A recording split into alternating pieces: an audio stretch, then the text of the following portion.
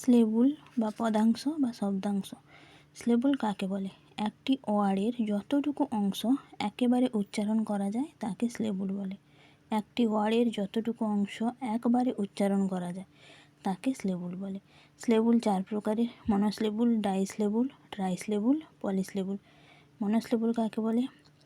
যে ওয়ার্ডে একটি মাত্র স্লেবুল থাকে, যে ওয়ার্ডে একটি মাত্র স্লেবুল থাকে তাকে বলা হয় মনোস্লেবুল, যেরকম গো, ডু, কাউ এইসব। ডাইস্লেবুল, যে ওয়ার্ডে দুটি মাত্র স্লেবুল থাকে তাকে বলা হয় ডাইস্লেবুল, যেরকম father, father, mother, mother, sister, sister.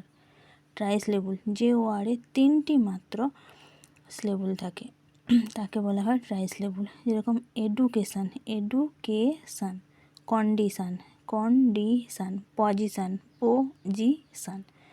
পলিস্লেবুল, যে ওয়ার্ডে অনেকগুলি স্লেবুল থাকে তাকে বলা হয় পলিস্লেবুল। যে ওয়ার্ডে 3টির বেশি বা অনেকগুলি স্লেবুল থাকে তাকে বলা হয় পলিস্লেবুল, যেরকম এক্সামিনেশান, এক্সামিনেশান, কম্পিটিশান, কম্পিটিশান।